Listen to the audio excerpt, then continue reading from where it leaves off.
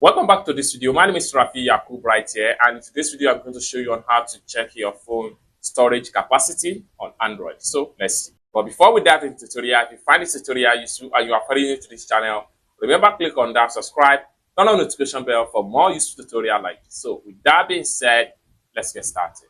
Alright, so the very first thing you need to do is to simply head over to your phone settings. So I'm going to click on my settings right here.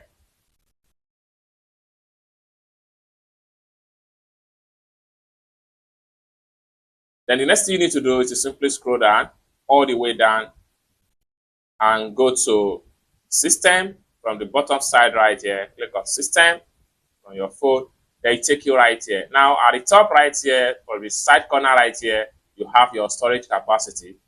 So as at the time of making this video, the storage capacity of this phone is 32 gig, and which simply means that by the time your data information on the phone exhausts to this particular gig, you will have storage problem in your phone. So basically, this is how to simply know your full storage capacity of your Android phone without any stress. I hope you really got value for this video. If you find this video useful, give this video a big like, and also remember to subscribe to the channel for more useful tutorial like this.